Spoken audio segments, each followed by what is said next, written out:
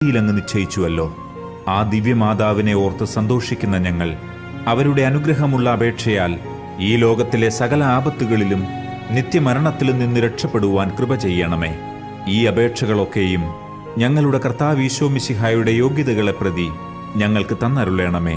ആമേൻ.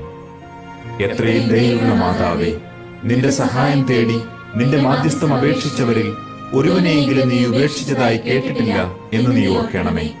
കന്യകകളുടെ രാജ്ഞിയായ കന്യകയെ, ദയയുള്ള മാതാവേ, ഈ വിശ്വാസത്തിൽ ധൈര്യപ്പെട്ട് നിന്റെ തൃപ്പാദത്തിങ്കൽ ഞാൻ അണയുന്നു.